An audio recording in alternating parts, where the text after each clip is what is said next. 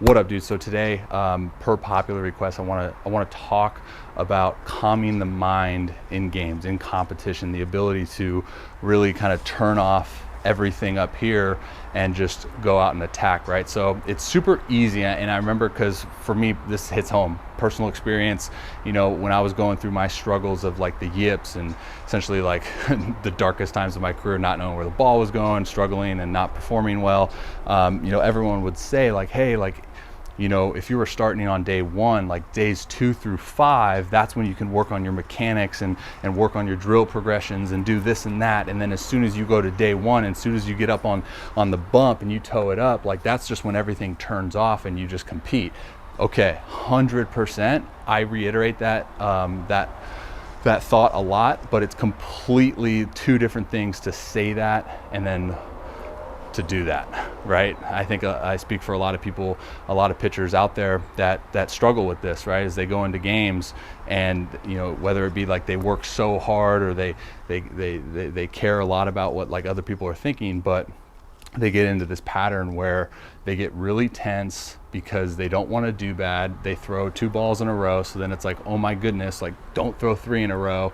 And you start thinking so much because your brain just wants to help. So again, it's like, it's one thing to say turn off your brain, and it's another thing to actually be able to do it. So today I really want to talk about like the things that I kind of put into practice and the things that I did to essentially get out of that rut that I was in when I was pitching and sucking really bad. So first things first was put into practice the calming of your mind. I think we get it kind of confused, where it's like, okay, we focus so much on like physical practice, we focus so much on our throwing programs, our bullpens, our flat grounds, our long toss, pull, like we focus so much on the physical component of what makes a good pitcher, and we kind of just bypass the mental component. Like we don't put that into practice, we just think that it's going to be there. So my biggest encouragement, if you take one thing from this whole segment, is like, put into practice your ability to calm your mind. So if you're anything like me, my mind's always going. I kind of like find comfort in the chaos of all of these thoughts and all these ideas. But when I'm pitching, like I can't have that, because I'm trying to clear it. I'm at my best when I'm having fun and I'm just kind of out there competing. So put into practice, whether it be like a meditation, find something that works for you, a couple routines throughout the day that you can put into practice, in the sense of like sitting down, having a pen and a paper, and just focusing on your breath work, right? We talk about box breathing, 4 seconds in, 4 seconds hold, 4 seconds out, 4-second hold, and then mark every time that a thought creeped up in your mind in a 10-minute session. And then, we can kind of track our progress from those box breathing meditation sessions, where it's like, oh, look, here's my first session, I had 128 clicks or marks. And then, my 10th session, I only had 56. So you're getting better at the ability to just focus on breath, calm your mind, quiet the thoughts, and go.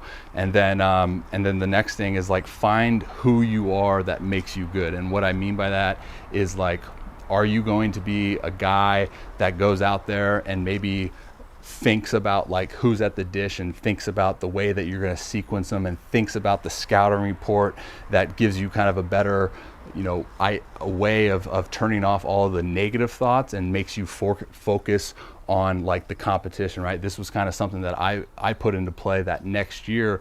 Was I was like, okay, if I can't really control all of the chaos in my brain, I'm just going to target that chaos, and I was going to target it to really diving into scouting reports, really diving into situations and sequencing, and that kind of helped me too, because I was out there, I was still thinking a lot, but the thought now wasn't, oh my goodness, I just threw a ball, like don't throw another one. The thought was now, okay, I got a guy on second, 2 hole hitters up, he likes to inside out the ball, 3 hole hitters on deck, he's 7 for his last 8, so like I want to get this guy, so maybe I can pitch around the next. So it's like controlling that thought pattern, and targeting it towards something that's going to allow you to be successful.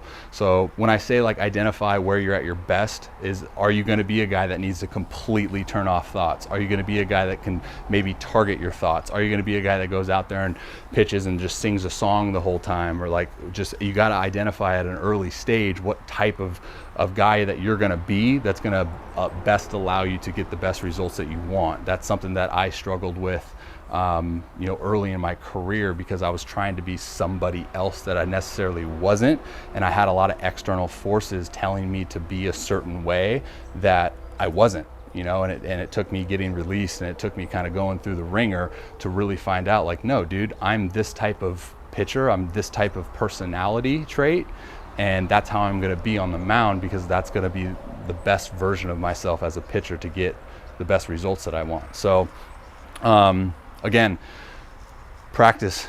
You got to put it into practice. I think we get it confused a lot of times, because it kind of just expects it to be there. And the mental game is something that needs to be practiced just as much as the physical component stuff. So I know, again, just to reiterate, I know it's really easy to say, hey, do this and that, and put it into action is a completely separate thing. I've been there myself, but trust me, like, if you start being intentional with the way that you go about practicing these types of, you know, things that come about during our baseball journey, I promise you that it will get better. And, you know, just constantly try to figure out ways to improve, you know, because things that work for me aren't necessarily going to work for whoever's listening to this or watching this.